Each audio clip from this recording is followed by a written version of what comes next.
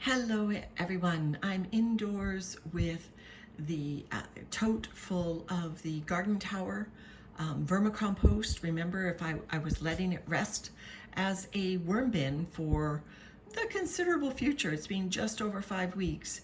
I'm just gonna let it rest. I estimated a month and a half before this would be castings. This is my first look in for a while. It's obviously we brought it indoors, and I think we brought it indoors for a number of reasons, just for me to take a closer look, but also we were expecting some hotter temperatures, and I really didn't feel that this container was in a good space for that. So here's, I'm just looking through it. Lovely dark rich castings, to be sure.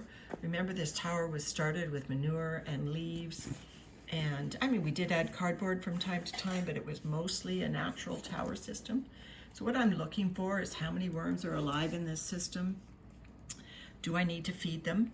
And do I need to give them a drink? Remember, I'm waiting for cocoons to emerge. And so I'm also looking to see, do I see cocoons? If there are adult worms in here, obviously I may see new cocoons. There is a wisp. So I found a wisp there right on that little piece of vermicompost. So that shows you that cocoons have been hatching, which is great.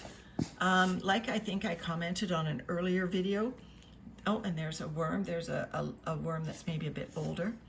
That this material is more compacted at the bottom than some of my other systems, because those garden towers were pretty damp. They got irrigated from above every day through the holes in the lid.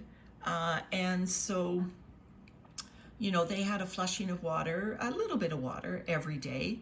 We didn't get a lot of rainfall, but that would have gone through there. I think there's only like 6 holes in the lid.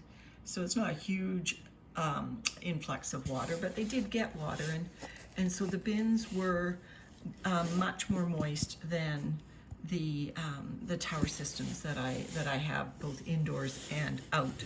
I would say the only thing that approximated it was Gilligan at when we had the most moist castings in Gilligan. So what do you think?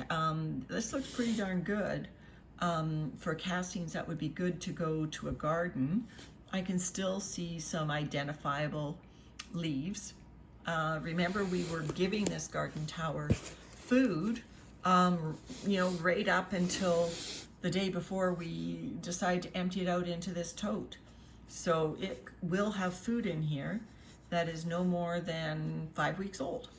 And so, you know, I see, and a lot of the food were things like this, like plants that we were harvesting from our garden, and it would have, you know, the stalks that we wouldn't eat, and perhaps even the roots, although we have a no-dig garden, and, you know, other than, you know, crops that you do pull up to harvest, like a radish, we don't disturb the bottom. Well, here's something that still looks green. That looks like a pretty heavy-duty stalk there. Not sure what that is. All right, so I sort of have seen enough to know that this is looking good, but it's, you know, it could stand for a couple of more weeks. Let me just quickly look down at this end. That's just something off a plant, obviously. Well, I think worms are vegans, right? So everything's off of a plant. Or I guess out the back end of a horse or a cow. But anyway, I'm looking here, and I don't see an enormous amount of food that is undigested that I would expect to be digested. You know, those leaf stems and the heavier stalk that I found from a plant. Here's another one. These sorts of things in any worm bin would take a while, and if you wait for those to be digested, you're going to be waiting a long time for these castings. But these castings are fluffy. They're a great moisture. Now, I don't see a huge number of worms in here. You know, I mean, bear in mind that the worms you see are probably, you know, it's like an iceberg. Be a fraction of the number of true worms in here. You know, the fact that I found a wisp confirms that the moisture and temperature are, sufficient for worms to, or the cocoons to be maturing and hatching, which is important. Wisps, can survive adverse conditions, but you don't necessarily want to give them adverse conditions when you are wanting the worms to hatch. So, everything indicates to me that, there are worms in here, some wisps, some older worms. I pulled hundreds of worms out of here manually, and just when I first harvested it from the garden tower and added them to my other systems. I know there are other worms in here that we haven't seen. Oh, in fact, there was one right there. I don't know, did you see it? I saw a glistening skin go by. It's not that easy in this light. These castings are dark, and despite me sitting in front of a south-facing window on a bright sunny day, we have trees.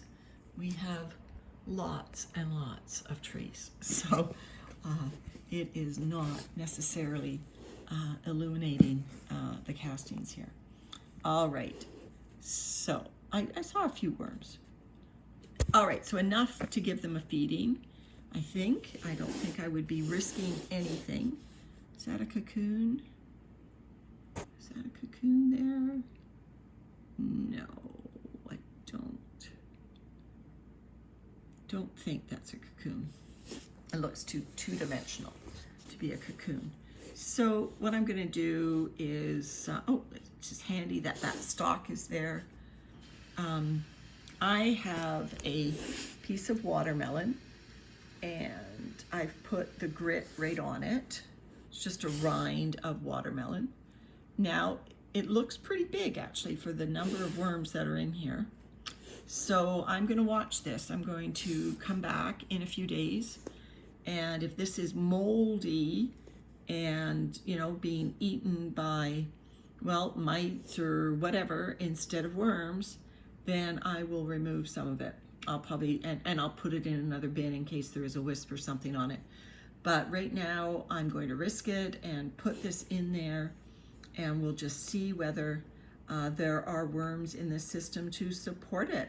There's a bit of wood, so that's obviously not going to dissolve in good time. So otherwise, I'm thinking I'll put the watermelon in there, and if all goes well, it'll act as a lightning rod for worms to come to it, and I will grab them, and the rest will go out into our gardens as is. I don't think I'll sift these or anything. The little bits of wood and everything that are in here will just add to the diversity of our garden beds, which are all mulched anyway. All right, everyone, so that's what the garden tower looks like 5 weeks and 2 days after we pulled it out of the ground without any preparation to harvest it. We just yanked it out and let the bin finish up here in a tote. And the garden tower is up and running, so it's all good. All right, bye for now.